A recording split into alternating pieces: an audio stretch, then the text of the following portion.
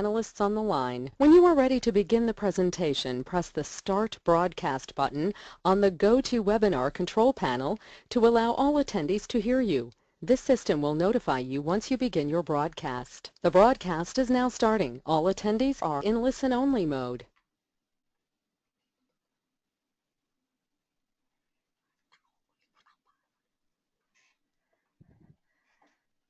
Baik, selamat pagi pada Bapak, Ibu, dan rekan-rekan sekalian di Philips Securities Indonesia serta para nasabah.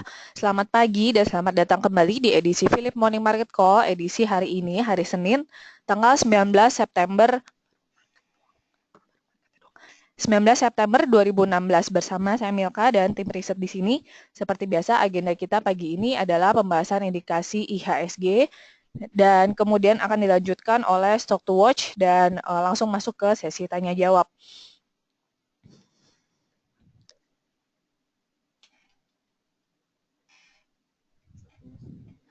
Baik, Bapak Ibu, kita mulai dengan indikasi IHSG, di mana kami memperkirakan IHSG pada awal pekan ini akan bergerak bearish atau bergerak melemah dengan kisaran support di level 5.222 dan level resistennya di level 5.328.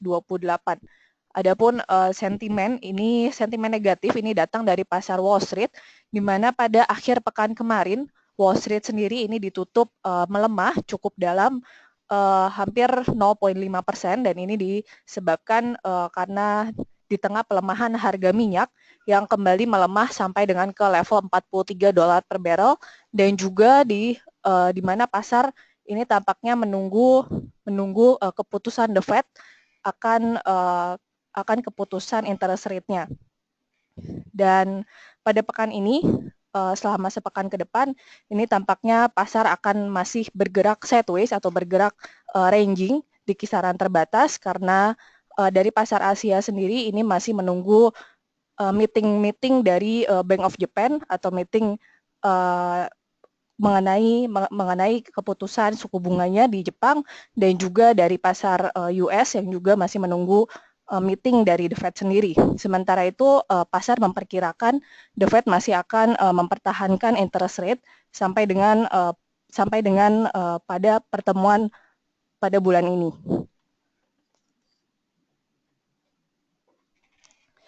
Dan selanjutnya kita berlanjut ke stock news, di mana di sini ada 4 saham yang dapat diperhatikan. Yang pertama adalah BBRI, di mana Bank Rakyat Indonesia ini menerbitkan obligasi MTN ini senilai 1,92 triliun rupiah, di mana ini merupakan fase atau merupakan penerbitan tahap pertama dengan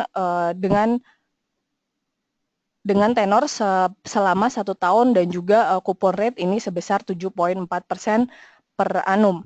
Dan yang kedua dari saham Mitra Adi Perkasa atau MAPI yang melalui anak usahanya yaitu Mitra Adi Perkasa Vietnam Limited ini mulai membuka store Zara di Vietnam. Jadi dari perseroan sendiri ini mereka mengatakan bahwa akan berencana untuk memperkuat posisinya di Asia Tenggara dengan mulai masuk ke pasar di Vietnam. Kemudian yang ketiga dari kawasan industri Jababeka atau KIJA, di mana KIJA melalui anak usahanya yaitu Jababeka International BV, ini tepatnya di Amsterdam yaitu di Belanda.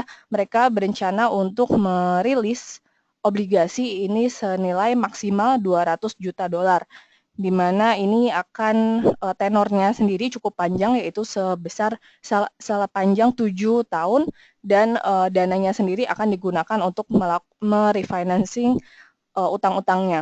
Dan yang terakhir dari saham Pura Delta Lestari atau Demas yang menargetkan penjualan lahan sampai dengan akhir tahun ini sebesar 60,7 hektar dan sampai dengan bulan September ini perusahaan telah menjual sebanyak 51,9 hektar sampai dengan bulan September. Jadi hanya kurang sekitar 10 hektar lagi sampai dengan akhir tahun. Baik Bapak Ibu, selanjutnya kami membuka sesi tanya jawab. Bagi Bapak Ibu yang memiliki pertanyaan, dapat diketik di question box yang tersedia. Dan pertanyaan juga dapat disampaikan di Twitter kami @PMC Research dan di email kami research@philip.co.id. Dan bagi Bapak Ibu yang ketinggalan, PMMC ini juga dapat disaksikan di YouTube channel kami Research Desk Philip Securities Indonesia. Terima kasih.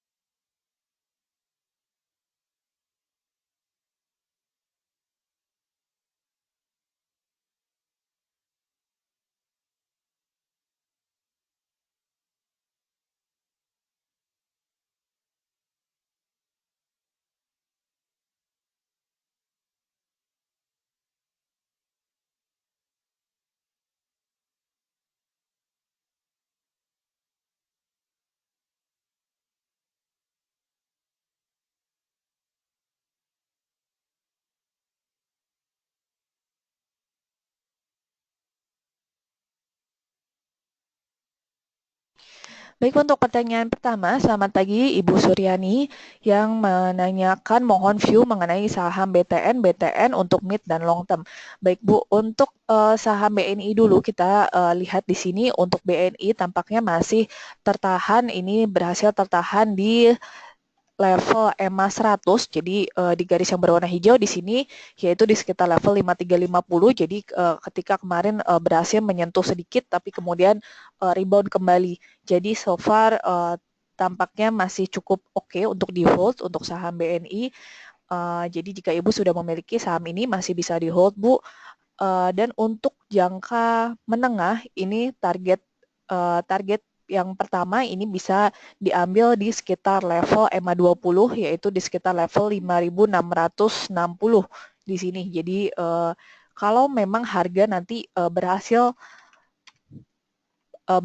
menembus level 5660 dan berhasil naik di atas level tersebut, ini saham akan berpotensi menuju ke level resisten berikutnya yaitu di sekitar level 5.880.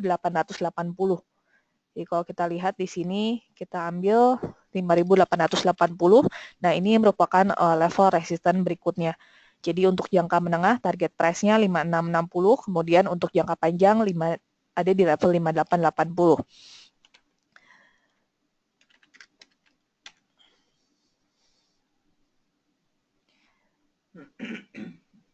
Dan kemudian untuk saham BTN, di sini juga kalau kita lihat ada support yang cukup kuat di level EMA 50, yaitu di sekitar level 1915. Nah, di garis yang berwarna biru di sini kemarin juga harga berhasil menyentuh sedikit, tapi kemudian berhasil rebound. Dan saat ini sedang menguji level resistennya, yaitu di sekitar level EMA 20, yaitu di sekitar level 1965 di sini.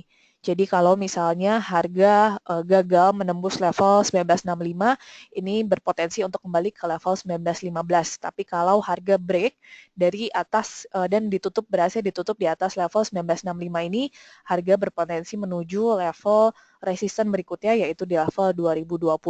Jadi jika Ibu sudah memiliki, ini tergantung. Jika Ibu hanya untuk jangka menengah, mungkin bisa dipertimbangkan untuk dijual, namun kalau untuk jangka panjang, ini masih berpotensi ke level 2020, karena so far pergerakannya sendiri masih cukup bagus. Jadi level bullish trendnya ini masih terkonfirmasi, walaupun kemarin sempat turun, tapi harga masih tertahan di level EMA 50-nya. Demikian, Bu.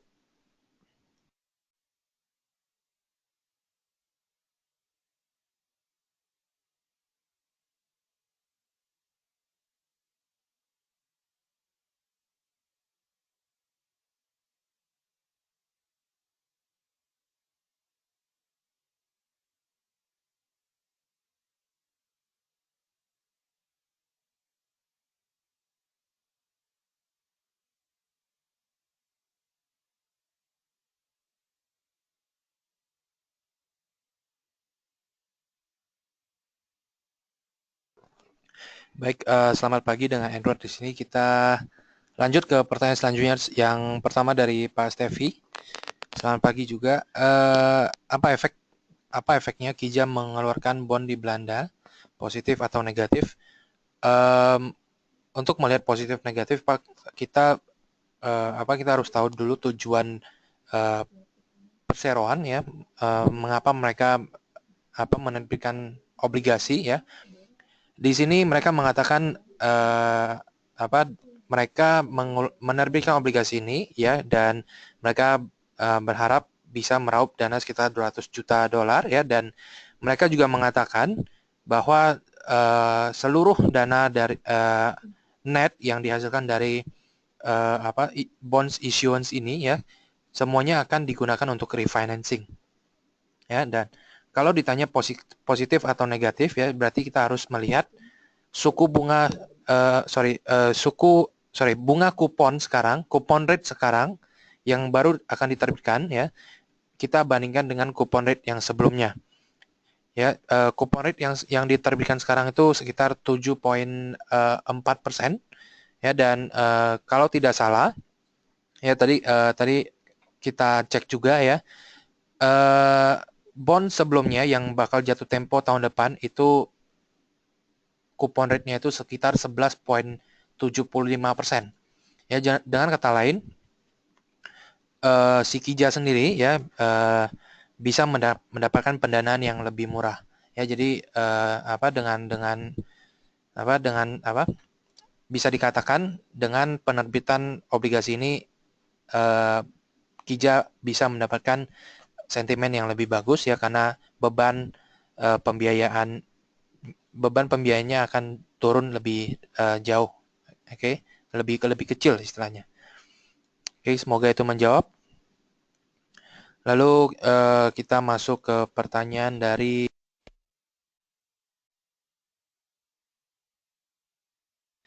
Ibu Levi ya. Selamat pagi juga Ibu, tolong review untuk Aisyah.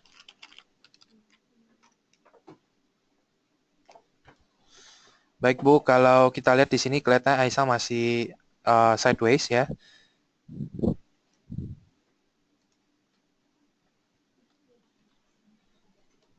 Oke, dan untuk range-nya saja ya, kalau kita lihat range-nya ini di level support ada di level 1900 ya.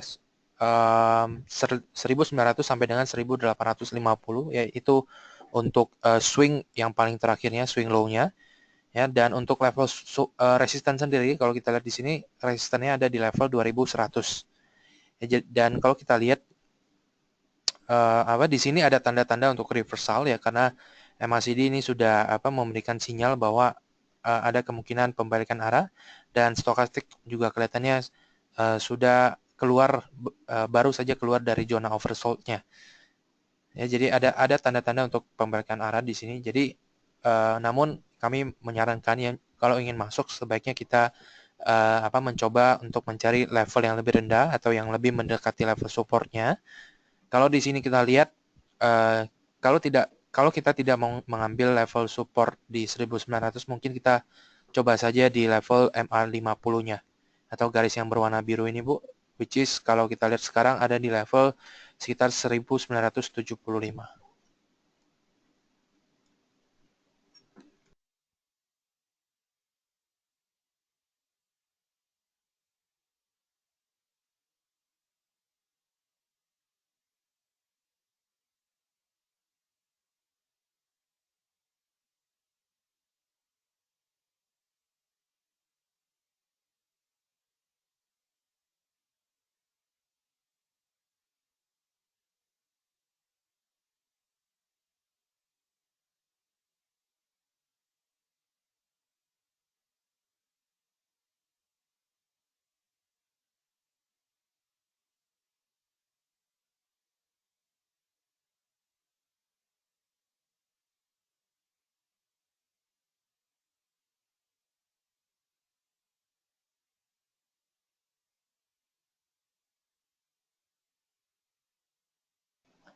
Baik, selanjutnya kita masuk ke pertanyaan dari Pak Pak Mariandi. Ya, selamat pagi. Mohon bahas untuk pewon, support resisten di berapa dan bisa masuk di harga berapa untuk saat ini. Kalau untuk support, Pak, kalau kita lihat di sini ya, level supportnya itu untuk saat ini ada di level 615 ya. Ini merupakan level resisten yang lama, namun kemarin berhasil di break ya dan berhasil ditutup di atas ya. Otomatis ini akan menjadi level resisten selanjutnya. Level support ya, level support. Dan kalau kita ingin lihat lebih jauh lagi, lebih detail lagi, Pak ya, untuk jangka menengahnya, ada level support ini sebenarnya cukup bagus di level 600. Oke, di level sekitar ini. Namun untuk masuk ya, mungkin untuk masuk kami bisa menyarankan sebaiknya ditunggu saja, Pak, karena kalau kita lihat dari pergerakan sekilas ini ya, pewon sendiri trennya masih turun, Pak.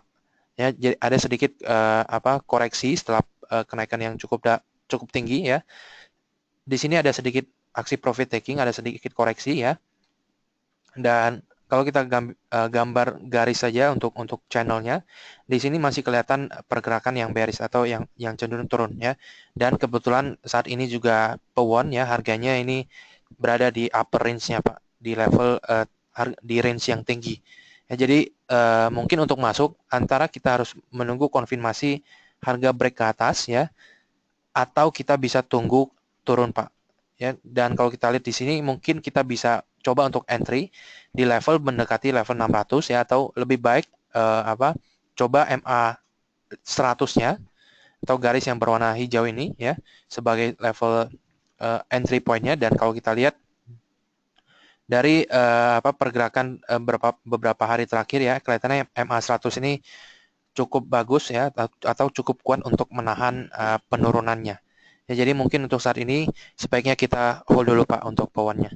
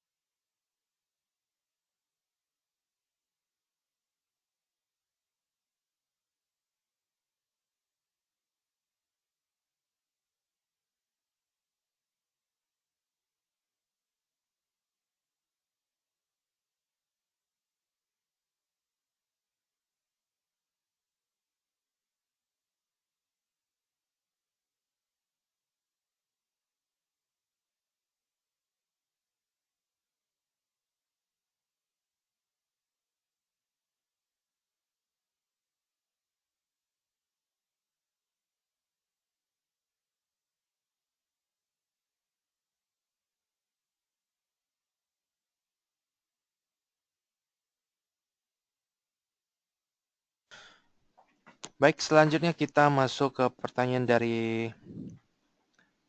Pak Erwin. Pak Erwin Yudo, selamat pagi juga. Mau diulas untuk saham BJBR, Inaf, Pepro, Adaro, BCA, dan Bank Mandiri.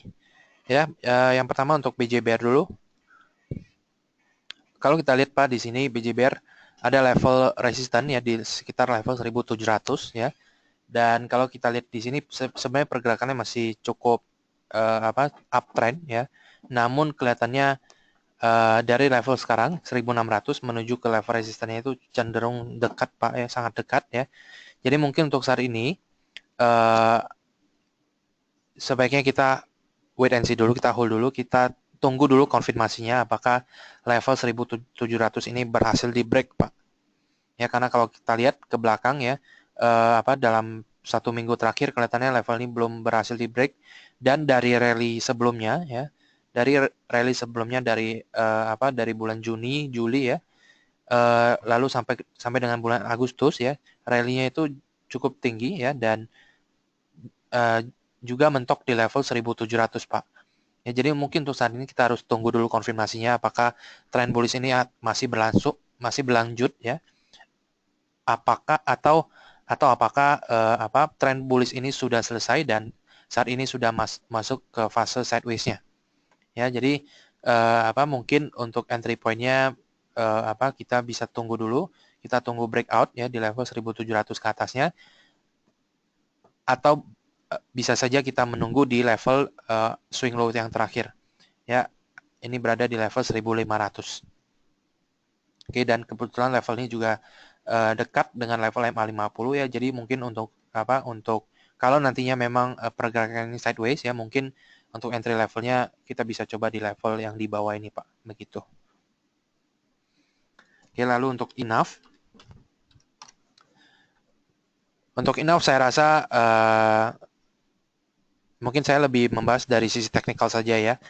Kalau dari sisi teknikal sebenarnya kita masih bisa mengambil momentum kenaikannya ini ya, karena kalau kita lihat trennya ini masih bullish ya. Namun yang yang harus kita hati-hati ya, pergerakannya memang bullish ya, namun kalau kita lihat kita bandingkan saja Pak Erwin ya, kita bandingkan saja dengan awal enough rally ya, ini di awal 2016. Oke. Sampai dengan bulan Juni Juli ini ya, dari level 200 sampai dengan level 1200. Oke. Kalau Pak Erwin bisa lihat di sini volume yang di bawah ini ya, dibandingkan dengan volume yang ada sekarang. Oke.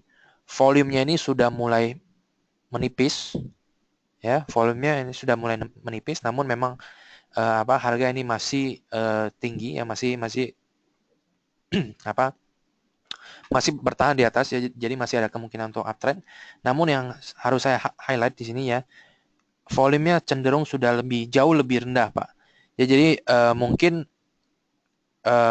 kalau ingin masuk mungkin kita harus hati-hati ya, kita harus pasang level cut loss yang ketat ya, level stop loss yang ketat ya, dan mungkin untuk entry berhubung kemarin dia sudah break di bawah level MA20-nya, mungkin kita bisa coba mengambil di level MA50-nya.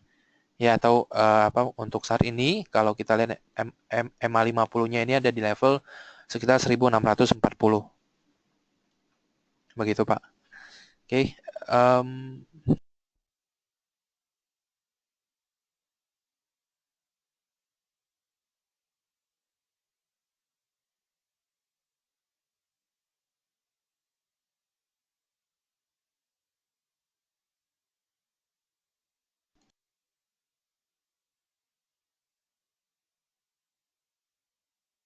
Oke, mungkin untuk pertanyaan selanjutnya dari Pak Erwin ya, nanti akan dibahas oleh Milka dan juga Bu Marta ya. Kita lanjut dulu ke pertanyaan dari Ibu Suryani ya untuk KF. Apakah sudah saatnya untuk koleksi?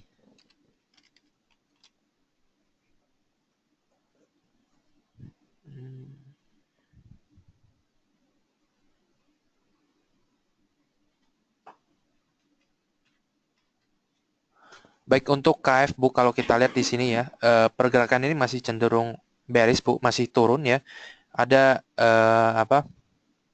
kelihatannya aksi profit taking ini sudah dimulai ya, memang sudah mulai pada 2 minggu terakhir ini, namun kelihatannya pergerakan ini masih cenderung bearish, masih cenderung turun. Ya, MACD juga masih mengarah ke bawah ya, dan mungkin untuk koleksi atau untuk level masuk Bu, sama seperti enough ya, mungkin kita bisa coba di level MA50-nya ya. Biasanya kalau rally yang sudah naik tinggi ya, dia akan tertahan di MA20 di sini. Coba saya gambarkan ya. Biasanya dia tertahan di MA20 dulu ya, dan dites dulu apakah level ini cukup sustainable untuk menahan penurunannya. Namun kelihatannya di hari keempat ya, kelihatannya level MA20 ini tidak berhasil untuk menahan penurunannya dan di break ke bawah ya. Dan saat ini juga harga ini masih berada di bawah MA20-nya. Hari ini juga masih dites ya, apakah MA20 ini apakah harga bisa menembus ke atas MA20-nya.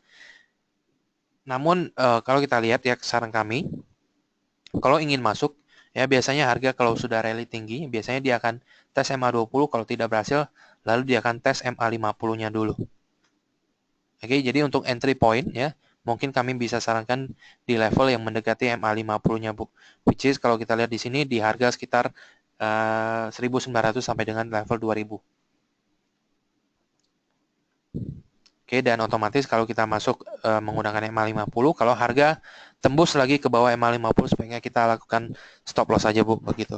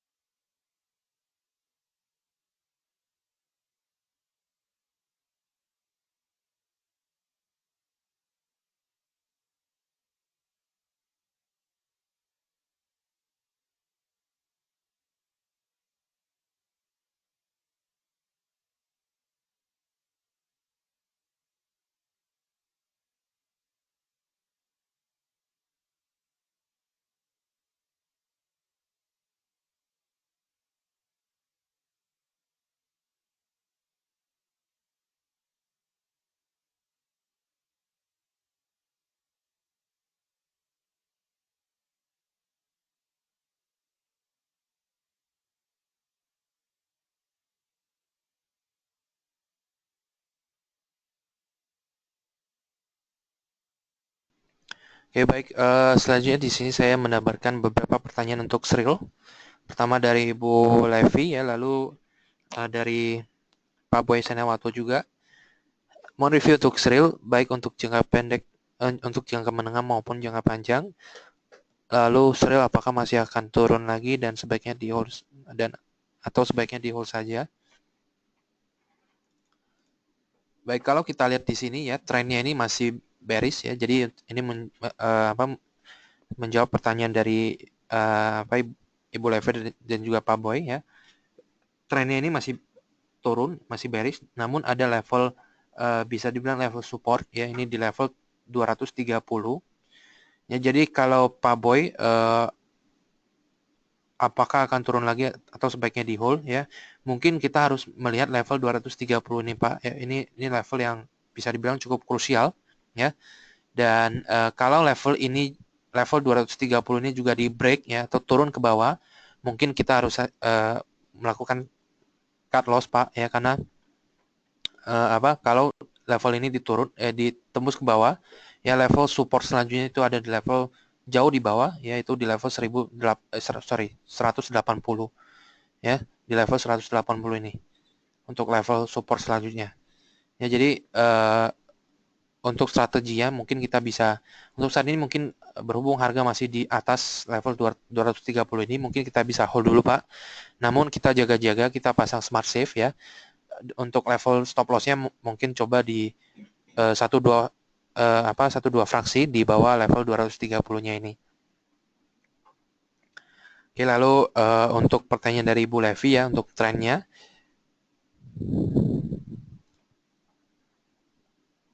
Oke Bu, sepertinya kalau kita lihat tren ya, di sini ada indikasi tren bearish Bu, ya. Mengapa bisa dikatakan begitu? Karena kalau kita lihat, oke di sini ada lower high ya, dan juga kemungkinan besar akan membentuk pola lower low Bu di sini. Ya, jadi kemungkinan ya harga ini masih akan turun ya, dan akan membentuk pola lower low-nya. Kalau nantinya harga berhasil tembus ke bawah level 230. Oke. Coba saya gambarkan. Nah, ini sorry.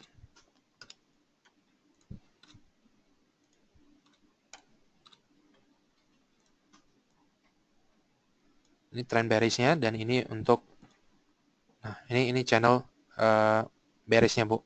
Ya, jadi untuk jangka jangka menengah ya kelihatannya pergerakan masih akan cenderung turun untuk jangka week untuk kalau kita lihat dari periode weekly-nya.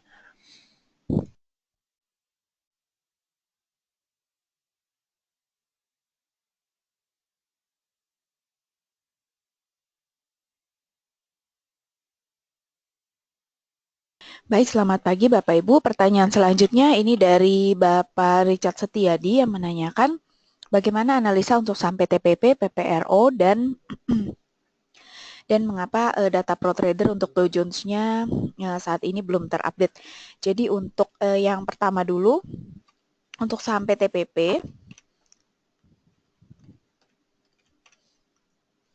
PTPP ini untuk jangka pendek, kalau kita lihat di sini, ini untuk tren itu adalah Bapak bisa lihat di sini trennya saat ini adalah sideways untuk PTPP di jangka pendek. Ini PTPP bergerak di kisaran terbatas itu di support di level 4.250. Jadi ini untuk level support saat ini adalah di level 4.250 dan resisten di level 4.650 untuk PTPP. Jadi saran kami kalau misalnya untuk jangka panjang sendiri memang saat ini trennya bullish. Kita lihat di sini support sendiri untuk PTPP ini ada di level EMA 20-nya itu yaitu di level EMA 50, maksud kami dia itu di level 4.250 untuk PTPP. Untuk saat ini sendiri ini memang pergerakan ini masih diperkirakan masih akan bergerak menguat hingga level resistennya.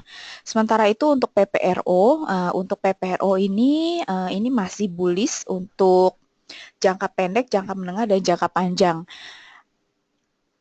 Saran kami untuk PPRO ini lebih baik Bapak Ibu bisa jika ingin membeli saham PPRO, saran kami menunggu koreksi dulu hingga level 950 untuk PPRO.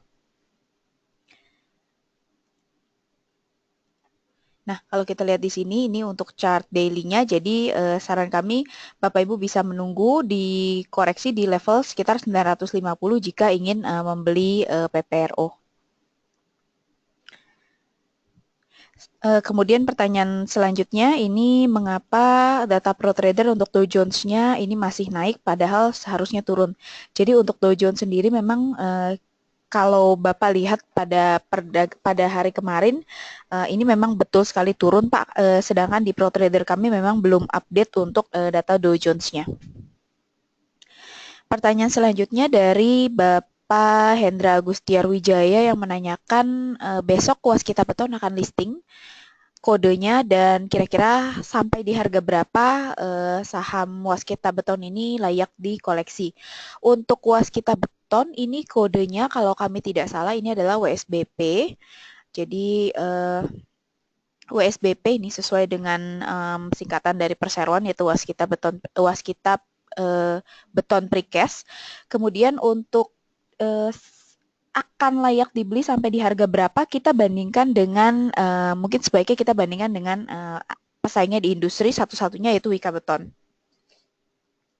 Untuk sebagai gambaran Wika Beton tahun ini proyeksi EPS adalah Rp33,9 per lembar saham atau sekitar Rp34 per lembar saham. Dengan harga dengan harga Wika Beton 910 per penutupan kemarin, maka PI adalah 26,84 kali. Sehingga dengan asumsi bahwa PI di level yang sama dengan PI Waskita Precast dan Wika Beton ini sama, yaitu 26,84, dengan asumsi EPS proyeksi untuk tahun ini itu adalah laba bersih sebesar Rp19 per lembar saham, maka harga yang didapatkan adalah 510. Jadi memang sudah tidak terlalu tinggi sebenarnya jarak antara harga dan harga IPO dan juga harga wajar untuk perbandingan antara Wika Beton dan Waskita Beton. Jadi saran kami sebaiknya bagi Bapak Ibu yang ingin membeli saham Waskita, ini memang lebih untuk jangka panjang. Kalau memang untuk membeli jangka panjang, saran kami jangan masuk di hari-hari pertama, hari pertama sampai hari ketiga. Kenapa? Karena biasanya hari-hari tersebut itu volatilitas pasar masih sangat besar, sehingga ada kemungkinan harga itu akan naik sangat tinggi untuk Waskita Precast. Saran kami lebih baik ditunggu 1-2 minggu, itu menunggu pasar sudah mulai stabil, baru bisa membeli saham Waskita Precast ini, terutama bagi Bapak Ibu yang orientasinya adalah jangka panjang. Kalau untuk jangka pendek atau trader, ini mungkin kita bisa lihat pasar, karena memang oversubscribe-nya ada oversubscribe untuk saham ini dan minatnya cukup besar, ini kemungkinan memang harga akan bergerak menguat di pekan-pekan awal untuk perdagangan IPO. Demikian. Pertanyaan selanjutnya dari Bapak untuk saham Waskita. Ini untuk saham Waskita saat ini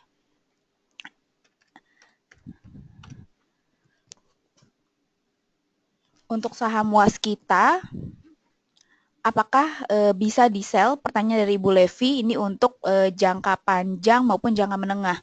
Untuk secara teknikal, Waskita ini kalau kita lihat, ini untuk jangka panjang, terutama untuk jangka menengah masih ada penguatan, Bu. Tapi untuk jangka panjang ini rawan koreksi untuk saham Waskita ini.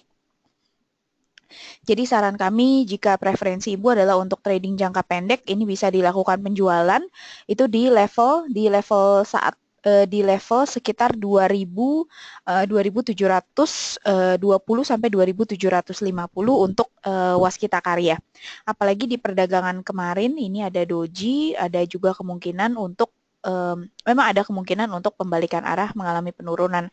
Jadi saran kami bisa profit taking di level sekitar 2720 sampai 2750, demikian.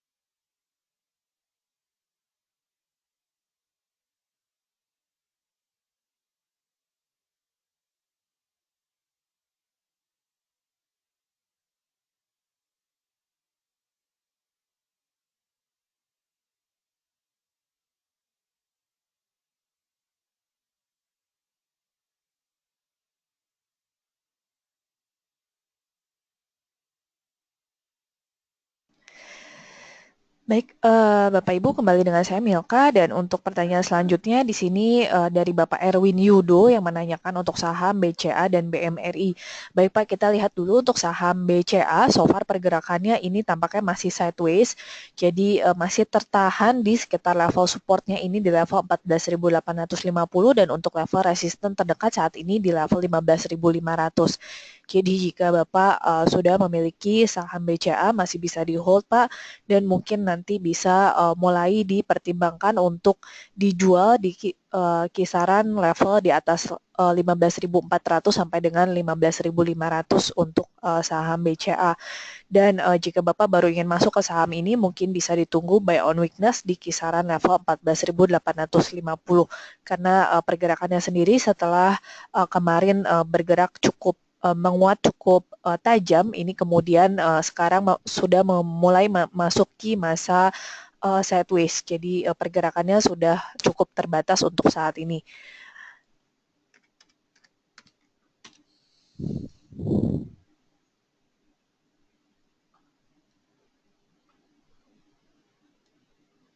Kemudian selanjutnya untuk saham BMRI, di sini kalau kita lihat pergerakannya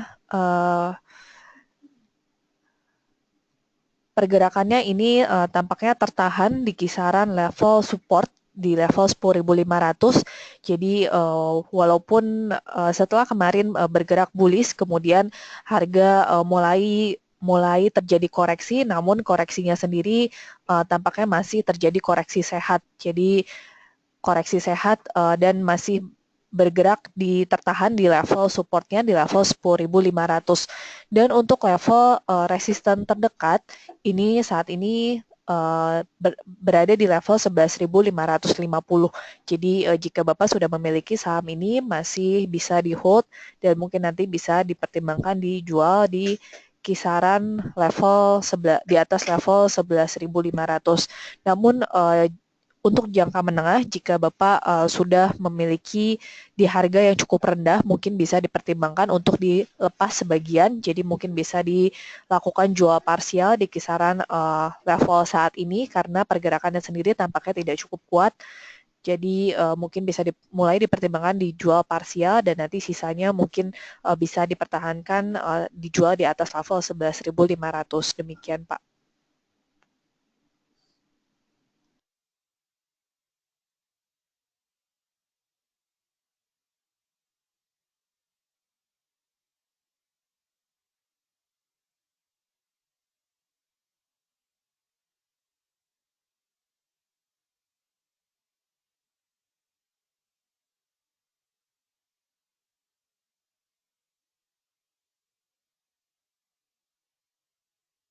Pertanyaan selanjutnya dari Bapak Ferry Wijaya yang menanyakan mohon analisa untuk BBKP.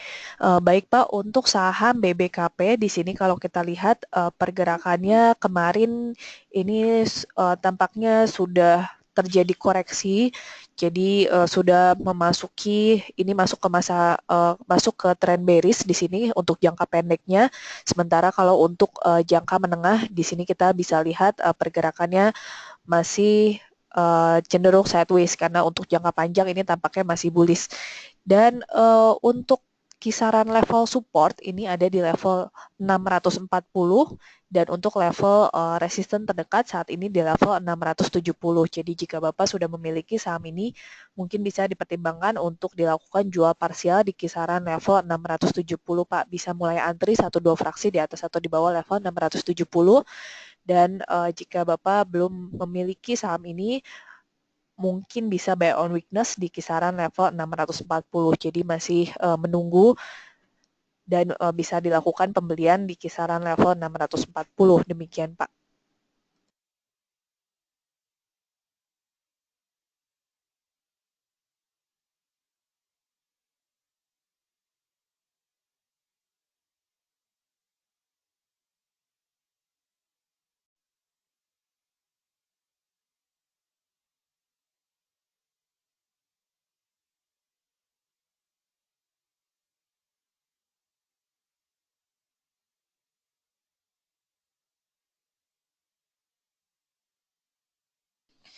Pertanyaan selanjutnya dari Ibu Levi yang menanyakan berapa target price untuk MPPA.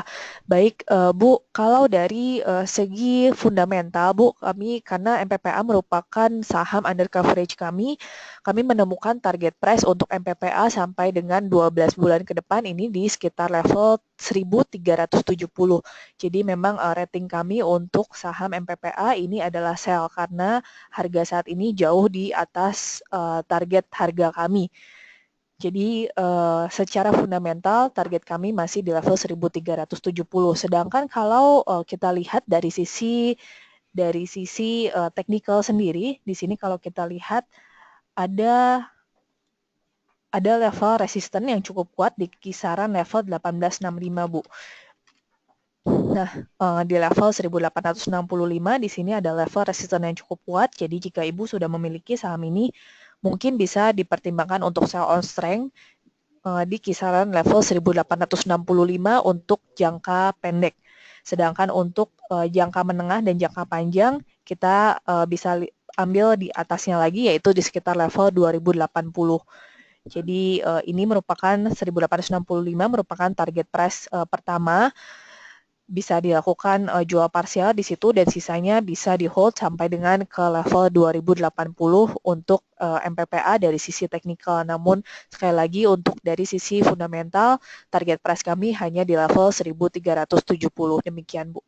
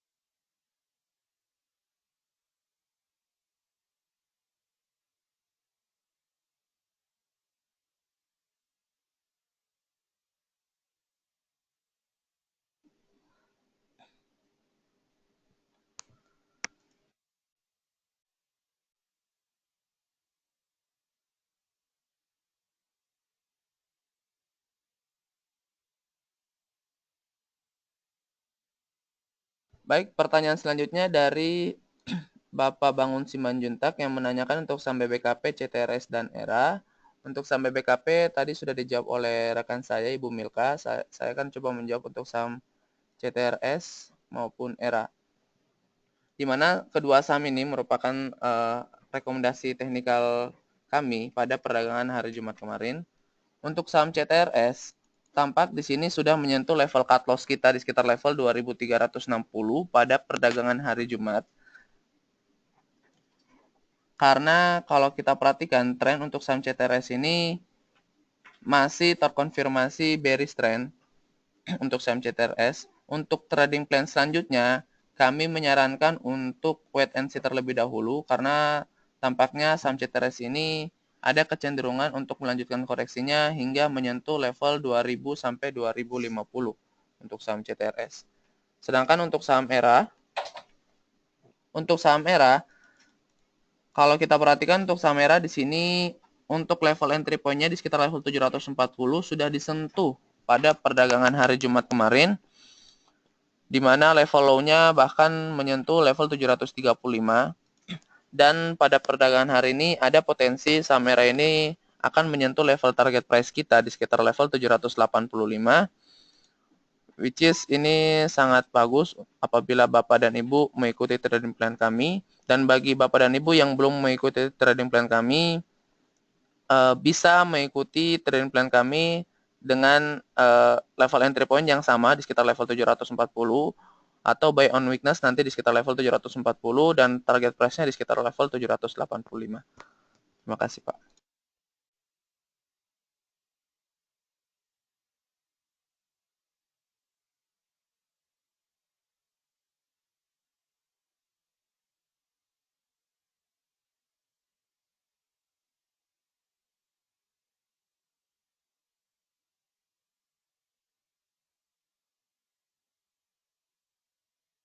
Baik, pertanyaan selanjutnya dari Ibu Levi yang menanyakan untuk DYLD apakah sebaiknya di hold atau di sell. Baik Bu, untuk saham DYLD, tampaknya Ibu Levi sudah memiliki barang untuk saham DYLD. Kami menyarankan untuk saham DYLD ini bisa direalisasikan nanti apabila saham DYLD ini sudah menyentuh level resistennya di sekitar level 605. Which is saat ini saham DYLD ini berada di level supportnya. Oleh karena itu kami menyarankan untuk di hold saja terlebih dahulu sampai saham DYLD ini menyentuh level 605, baru Ibu Levi bisa merealisasikan profitnya. Terima kasih.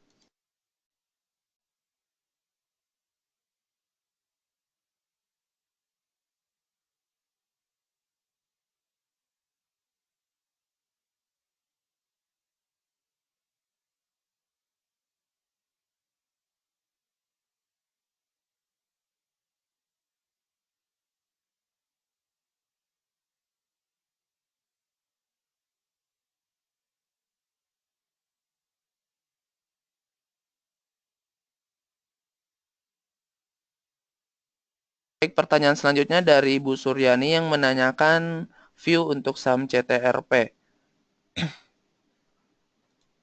Baik Bu, untuk saham CTRP, tampak trennya di sini untuk jangka menengah ini masih cenderung sideways dengan kisaran level support di sekitar level 570 sampai resistennya di sekitar level 670.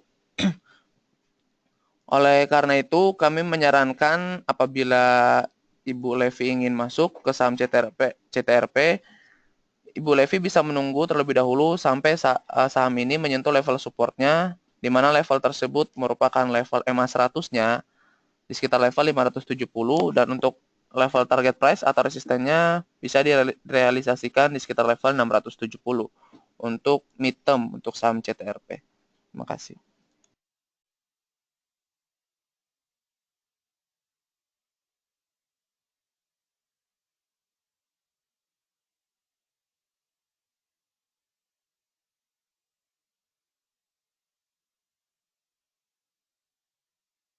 Baik, kembali lagi dengan Edward ya, Bapak Ibu, last question ya sebelum kita akhiri sesi PMMC pada pagi ini.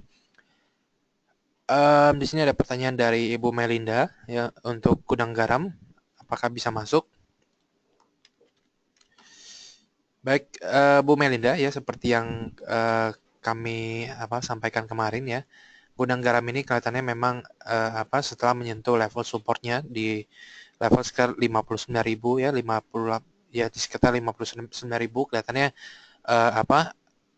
responnya ini cukup positif ya. Ada rebound yang cukup bagus di sini, namun kembali lagi ya seperti yang kami sampaikan kemarin ya, kita harus melihat dulu, kita harus menunggu konfirmasi apakah memang rebound ini cukup kuat ya, atau sanggup untuk rally lagi ke atas level 68.000 atau bahkan ke atas level 70.000 ya. Jadi untuk saat ini yang bisa kita lakukan adalah hanya wait and see dulu Bu ya. Kita lihat dulu apakah level harga ini bisa kembali ditutup di atas level MA20-nya. Ya, atau lebih baik apakah apakah harga ya bisa ditutup di atas level 64.500. Oke, di level, coba saya gambar garis di sini.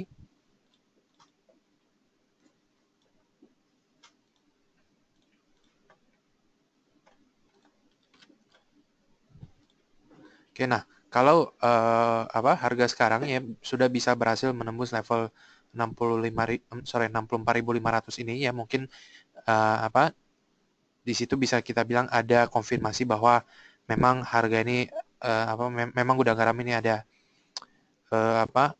pembalikan arah yang terjadi ya. Baru kita bisa melakukan strategi breakout ya, atau membeli di level harga tersebut. Dan tentu saja ya otomatis saat ini kita harus menunggu dulu Bu. Oke, jadi kelihatannya harga juga sekarang masih tertahan di MA200 ya, MA200 dan juga MA20-nya. Ya, jadi ya untuk saat ini kita harus hold dulu. Oke, semoga itu menjawab. Baik Bapak Ibu, kelihatannya kita harus mengakhiri sesi PMMC pada pagi ini ya.